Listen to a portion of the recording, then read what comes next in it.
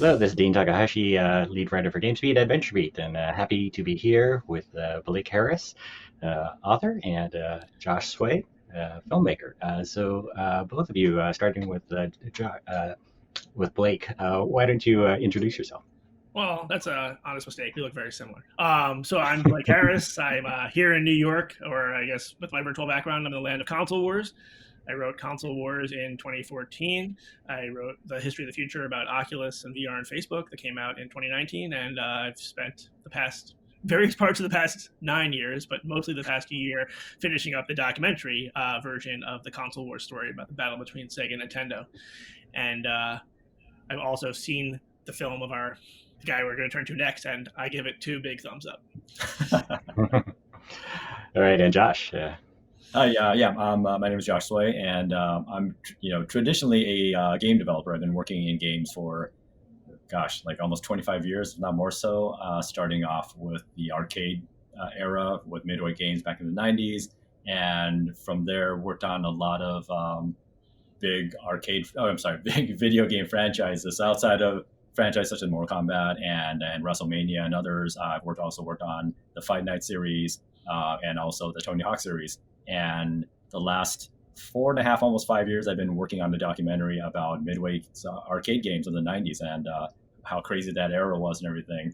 And so it's my first time making a film. And I just recently got finished and was supposed to be at South by Southwest, but the whole world blew up. So here we are. So it seems like these were sort of accidental events that maybe got you into this, I guess. Josh, what caused you, say, to think about making the film in the first place? So before I got into video games, when I was a college student, I actually went to school for film school. And so, yeah, I grew up in Southern California, and much like many of my peers, after seeing Star Wars, we all wanted to become film directors and everything. So that's what I went to school with. And what ended up happening was I learned a lot about computer graphics and video back in the very late 80s, early 90s. And my first job out of school was at a company called Midway Games. And at the time, they were really experimenting a lot with using video for their video game sprites, which they were starting to master after games such as Mortal Kombat. And so I kind of got into games by accident and got stuck in there for a long time. And as I approached my midlife crisis, I realized, I really need to make a film before I do anything else. And so I was kind of inspired by my past at Midway, thinking that would be a really good subject to get into. So for me, it was kind of a passion project of, hey, you know what, you've been making games all this time, let's take a little break and do something different. And Blake, how about you? So for me, the project probably started before I realized, and I was in my late 20s, and my younger brother gave me a Sega Genesis for my birthday, which is what we had when we were kids. And now being an adult, or at least chronologically being an adult, my favorite things to read were nonfiction, behind-the-scenes business stories. And so before I ever wrote Console Wars or a story about Sega and Nintendo, I just wanted to read something. And I live in New York, I mentioned, and so I remember at that time I was living in Manhattan, and I went to a Barnes & Noble on 86th Street. It was like this gigantic store with 3 floors, and I was looking for the video game history section, and I figured it would be near the film history section or the music history section, but it actually didn't exist. And then I even asked the woman at the information desk, where can I get one of the books? Where's the video game history section? Where can I get a book on Sega, Nintendo, video game industry, business, history of games? And not only was I told that no such book existed in the stores, but they didn't even offer to, try to order me one, like they always try to do when you're like, yeah, I can just order from Amazon myself. But so I was kind of shocked that for a gigantic bookstore, there wasn't a single book available there about the history of video games or business of video games. All they had video game related was walkthrough guides, and so it wasn't as if I left the bookstore that day with the eureka moment that I'm going to write this book. But that sort of started me down this journey of just being very curious about what happened behind the scenes. And then I started interviewing the people at Sega and Nintendo and found that there was a really incredible story that I was sort of fortunate enough to be the one to tell. Mm-hmm. Would you want to summarize that whole book for us in 10 seconds? Sure. So Nintendo had 95+% of the video game industry, and then something happened, and then they were no longer the market leader, and they were surpassed by Sony and the company that took that market from them, which was Sega. And the book is largely about how Sega pulled that off and what that meant for the future of video games. And do the same for the second book for us too, the history of the future. Oh, 19-year-old Palmer Luckey living in a trailer in Long Beach, California, comes up with a new virtual reality hardware headset way to do things that is like 1/10 or 1/100th the price of what was being done before. And he starts Oculus with a couple of co-founders, and they end up selling to Facebook for $3 billion. And then Palmer ends up being fired for reasons that have nothing to do with technology or gaming. Mhm. So I would guess that when you guys started this as passion projects, you probably thought, oh, maybe nobody's going to read this, but I'm really into it, so I'm going to do it. But it turns out that people like retro history, right? I mean, you've gotten some tremendous responses, right? And I'm kind of wondering, like, why do people like video game history? Josh.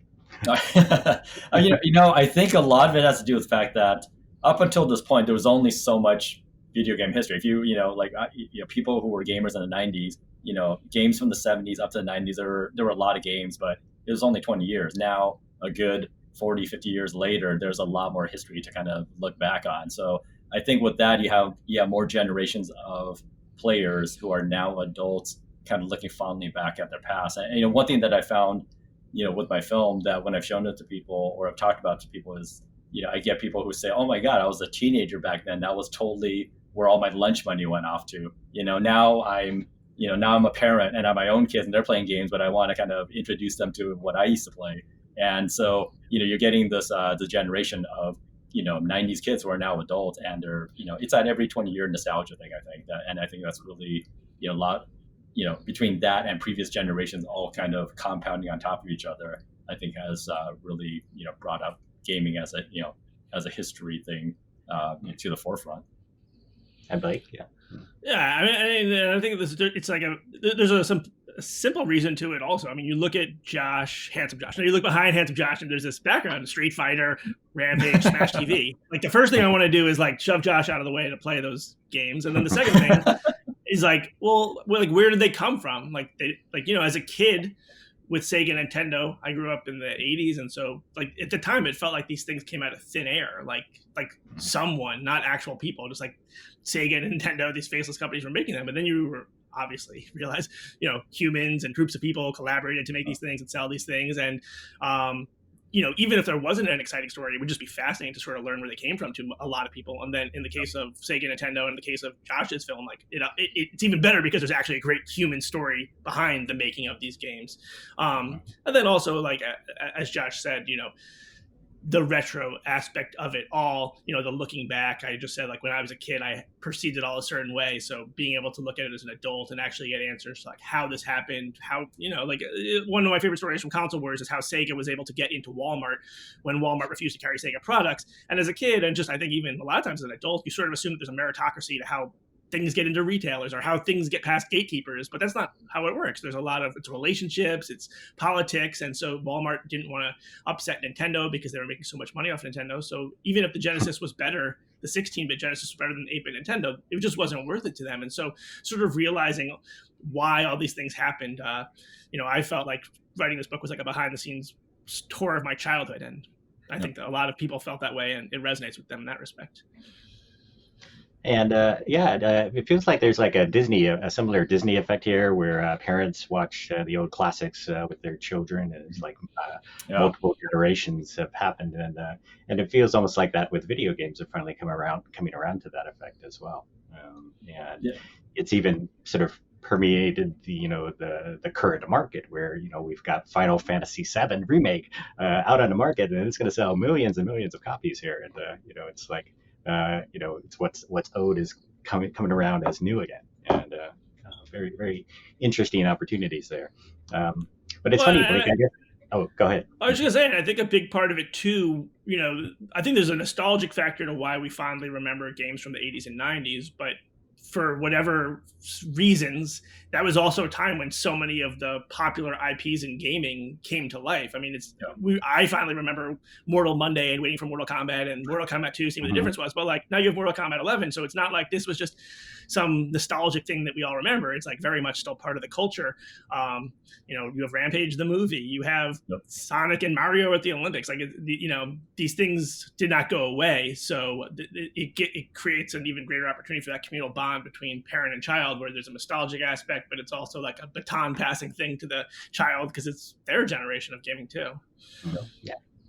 So we want to get to what you guys have learned from this too, right? I guess you've studied this one thing, and Josh, you lived through it, much of it as well, and you spend much more time sort of obsessed with these parts of history that other people have sort of passed over. And we kind of want to know what have you learned, right? Yeah, So, that's.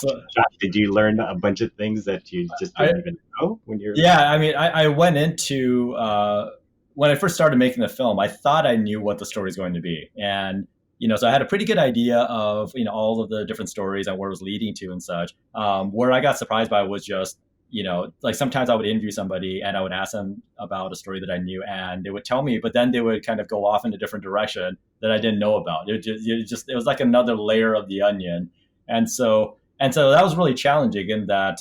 I'm not a journalist by trade. I'm a first-time documentarian, so I didn't know what the rules were on anything. So, when I interview somebody and a story will lead me somewhere else, I just naturally gravitated towards it. And next thing I know, I'm just down a rabbit hole. And so one of the biggest things I learned was that a lot of stuff that I had witnessed when I was working at Midway was just my side of what I saw, and then I would find out, oh, here's a whole other side to it. And the most interesting thing was the business side of it. It wasn't that I wasn't aware of the business of arcades, but in talking with the CEO of Midway at the time and the vice president, talking more on the business side, whereas I was on the creative side, I was able to understand for the most part why certain decisions were made that were purely about business. And one of the main themes in the film that goes through all the storyline is that yes, this is like creative and the show business and things like that, but really ultimately, especially in the arcade era, it was all about making money. How many quarters can you sink in over and over again? And that drove everything from the creatives to the game design to even the way the artwork is. And that was it wasn't totally surprising, but the surprising part was how much it influenced everything that I didn't even realize was going on at the time. Yeah, and Blake, I think that one key thing that Josh and I share, and maybe share in our sensibilities of our, his making the film and my making the film and writing the books, is that neither of us were trained journalists. But what we did is a work of reporting and journalism, and I've gone on to write journalistic articles, and we sort of learned on the fly. And I think to some degree, because Josh and I are friends and have talked about this, one thing that we both have in common is that we didn't realize what we were getting into when we first got into it, which is probably a good thing, because I think if we knew how long these things were going to take and how hard it was going to be, maybe we would have been too intimidated to move forward. But I really would just echo like the discovery process that Josh is talking about. As a journalist and as a fan of these games, it's always been the most fascinating thing to me, is to let people talk, to not have preconceived notions, because I always had this philosophy as a journalist that if it's important to them, it's important to me. And I just remember one small example was like Sonic Tuesday. Like, my going into it was like, yeah, Sonic Tuesday was a good game, but it's a sequel. Like, let's talk about Sonic 1. But then realizing that it meant so much to people at Sega because of what it meant in their battle with Nintendo, how they were able to pull off this global launch, thinking about what things were actually like back in 1992 when that happened. And also like to echo what Josh was saying, especially because he was there firsthand, it's, everyone has a different perspective of these stories. And we're talking about companies with dozens and hundreds of people. So, it's, I guess a big part of it is finding the right vantage points and just letting those people tell their stories. And maybe sometimes they'll collide with another perspective, but it's just about finding those different vantage points that'll let you tell a sort of a fuller story. And then I guess the early thing I learned that really made me fall in love with this was just, the main vantage point in console wars was Tom Kalinske and what he did at Sega, going from 5% of the market to 55%. And then just everything with the industry, from the, going off the Senate subcommittee hearings to the formation of the ESRB to E3 and all of his contributions to what the industry is today. But, there was a whole backstory to that, sort of realizing that before getting to Sega, and even with Sega, Tom was basically the adult most responsible for my childhood other than my parents. Like, he had helped create the Flintstones True Bowl vitamins. He had helped resurrect Barbie at Mattel, and then do for boys what Barbie did for girls with He-Man Masters of the Universe, and then went on to Matchbox Cars. And it's like, again, this nostalgic retro aspect. And then, once you get past the wanting to play with these things, the like, how did this thing come to be? And realizing that Tom Kalinske was sort of like this Forrest Gump character who was there every step of the way. And Tom's also unsurprisingly, Tom's in Josh's film because he played a role in bringing Midway games to the home console. Yeah, it's so funny. I feel like your film is almost like a slight prequel side quest of my film also, and vice versa. It's like they're running in parallel here. Yeah. Yeah, I remember Blake. I mean, this sounds so interesting to hear, but I guess you couldn't even sell the book at first, right? The idea was rejected a lot of times. Yeah, personally, I learned a lot of, in a way, both the books I wrote, which I hope are compelling narratives, are really just like 500-page case studies looking at how these small, scrappy companies succeeded. And so I learned a lot from writing about Sega, just how do you succeed as a no-name company, as a no-name writer. And one of the things Sega did well was align themselves with celebrities and elevate themselves and have a mutually beneficial relationship. And so very early on, I was fortunate enough to get a meeting with Seth Rogen and Evan Goldberg. And so they were very early on part of this process, which I mentioned not to name drop, but mostly just to say that when we went out with the book proposal, at that point, when we went out to 25 publishers, Seth Rogen was already involved. And so I thought, even if my book was about a not very interesting topic, and if I was a questionable writer, like, this is Seth Rogen, he's amazing. Like, publishers would want to buy anything, but 22 of the 25 publishers passed on the book because basically they said video game books don't sell, which was partly why I was writing the book, because there weren't that many video game books. And I'm I was joking. I take responsibility for that, right? Having written video games books before that. Well, and that's not insignificant that you mentioned that, because that might be true. But also, like, during that, after I left Barnes & Noble, I did read Stephen Kent's Ultimate History of Video Games. I did read David Sheff's Game Over. I did read your book, and I was like, wow, these books are great. Why there should be more of these? They should exist in a Barnes & Noble where a mainstream audience could find these things. So even if statistically that might have led publishers to feel that way, like, it didn't change like, when I actually read the product, the content was good, and I did believe there was an audience, and whether it was for millions of readers or for one reader, I was going to do it, because I think, just like Josh, like, at some point you just become so fascinated with the story you want to see it through. But I am glad that so many people have enjoyed it, because I think it just opens the door for me to do more stuff in that area, and for other writers and filmmakers to do more stuff. And Josh, did you get a lot of this too from people outside of games? Like, why are you doing this? Yeah, it was interesting because the film was completely self-funded and also through crowdfunding and stuff. So I didn't like need to knock down any doors or anything to get it made. But it was interesting once I got it made. Then showing different people the film. It was interesting when I would hear from somebody in the film industry saying, "Oh, this is a great subject and stuff," but it's video games. It's kind of a niche market. I kept hearing that a lot, and it's kind of, and it's totally understandable, because I think there's just a certain generation, and I'm one of those people in the generation that don't like, even though we played video games in the past and stopped playing video games, we kind of forget how big that market was, and so I have to remind people constantly. It's like, you can say it's a niche market, but when you have a video game like NBA Jam that grows 3 times the amount that Jurassic Park did that year, that's not a small audience, and now that audience, they're grown up and they have a lot of spending money and they have families and things like that. So, they're part of the general population. And I would always tell them, I would always kind of challenge that, saying, well, you know what, it's, do you have an Android phone or an iPhone? It's like, yeah, of course I do. Well, do you play games on it? It's like, yeah, of course I play games on it. Well, then you're a video game player. Like, it's not a niche market. It's if anything, it's bigger now than it's ever been. And so once I explain that, then they get it. But it's so funny how, they think, oh, I stopped playing this game in the arcade or, on my old console. Yeah, but there's a whole multiple generations of people that are still playing, including people your own age. And it's always it's been a bit of trying to educate people to realize how big that market is. But it's kind of ridiculous that even to this day that there's still that attitude. Mm-hmm. How do you guys sort of think about sort of tuning your critical eye for what you think is really important as far as all that history goes? Like, there's enough for 10,000 pages of history, I guess, but you are narrowing down. And Blake, you have main characters, right? I mean, you've got Palmer Luckey and Tom Kalinske. You decided these people were the ones you wanted to focus on, right? Yeah, I mean, I think that's largely how that decision is made from my perspective. It's finding those perspectives, like the vantage points I said, and really sticking with them. And there was a lot of there was it's a 500-page book, so it's not short, but it could have been a 10,000-page book. There was so many fun little Easter egg anecdotes that I wanted to include, but I was trying to be very critical about making sure that it all was based on the central narrative and largely based in Console Wars on Tom's story.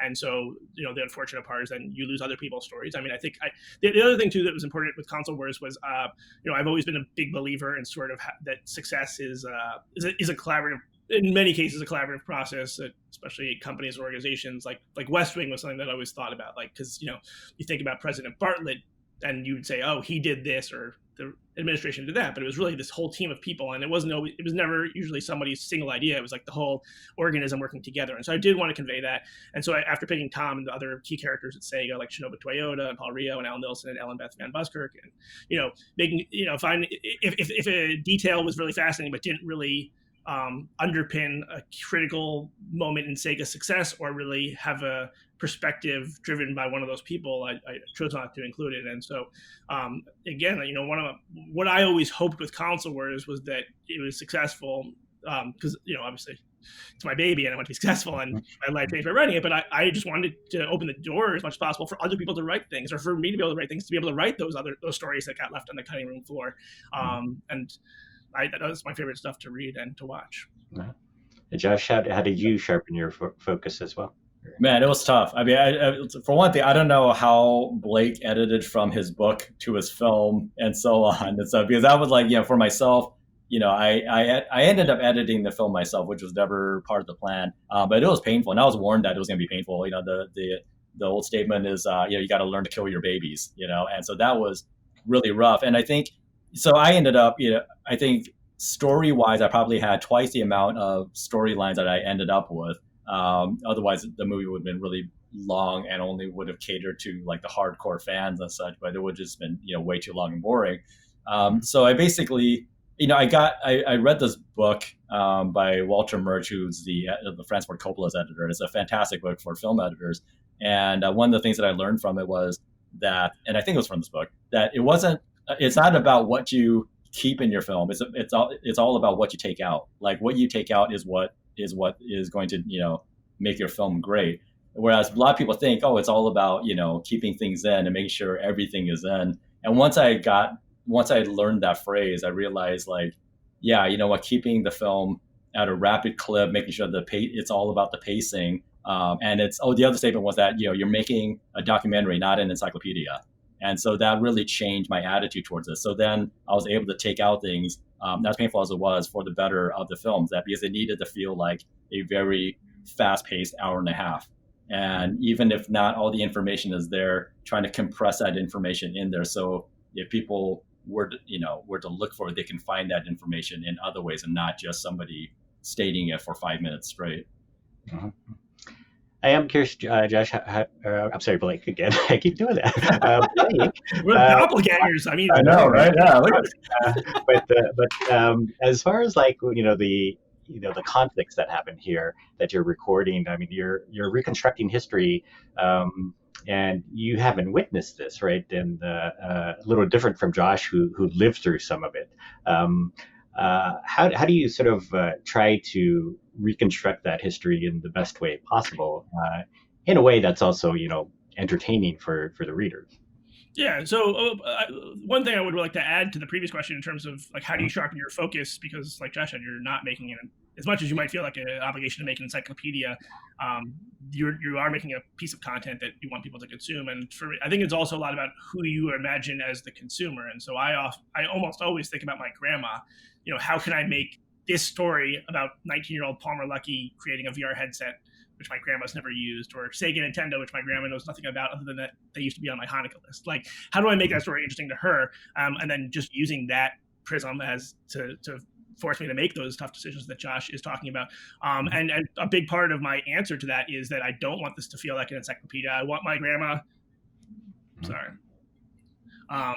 is that I want my grandma to feel like she's in the room with these people. And so like you were asking about, the reconstruction aspect is very important to me. And I think that largely comes from firsthand perspectives, almost like an oral history in action. And then I'm a big believer that words matter and that conversations and sort of the little stuff that you sometimes don't think is important is actually really important. And so Console Wars is very dialogue heavy. The History of the Future is pretty dialogue heavy, though less so. And I guess part of the answer is it's something that I've tried to refine. I think that in the History of the Future, I actually used a very specific tactic of, only using dialogue that I had audio recordings of people telling me the exact things or me asking them the same question they were asked in the past, and putting their verbatim answer in there, because, and I'm sure Josh would agree as a documentarian, it's not always what people say that's interesting, it's how they say it that's interesting. And so I think that's important to capture, and that's something you can't do unless you actually put people in the moment, and let the reader sort of judge for themselves about what's being said or what's not being said, what's being left out. Mm-hmm.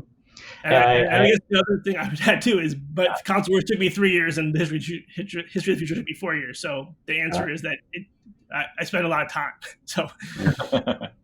So, we're getting down to a couple minutes here, so I'm going to try to get through, maybe see if we can get through some questions more quickly. I do wonder about critical feedback that's been interesting to you so far.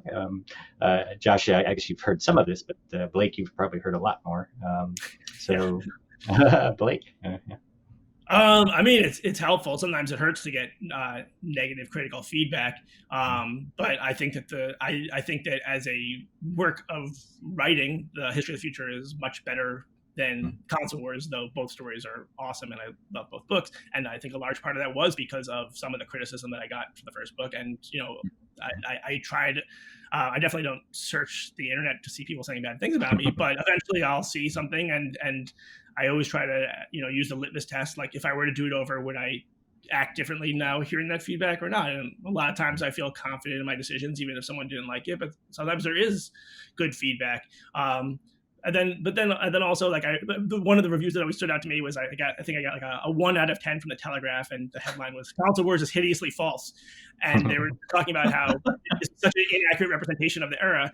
And I remember getting emails from the subjects in Console Wars, the main characters, just kind of laughing because they lived through it and they think the book is like a wow, very accurate recreation of what they went through. So I just thought it was interesting that the critic thought this was fake, but the people who were there thought it was real.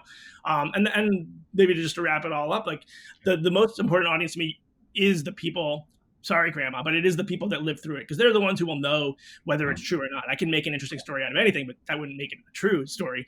Sorry, so we're getting close to our time now, but Josh, I want to give you a bit of a chance to talk about some feedback you've got as well too. Yeah, no, it's in general. So we had some reviews come out of screenings, South by Southwest screenings, private screenings and such. So the reviews have been really good so far. But it was interesting. More than a handful of reviews, they would contradict very specific parts of the film, which cracked me up.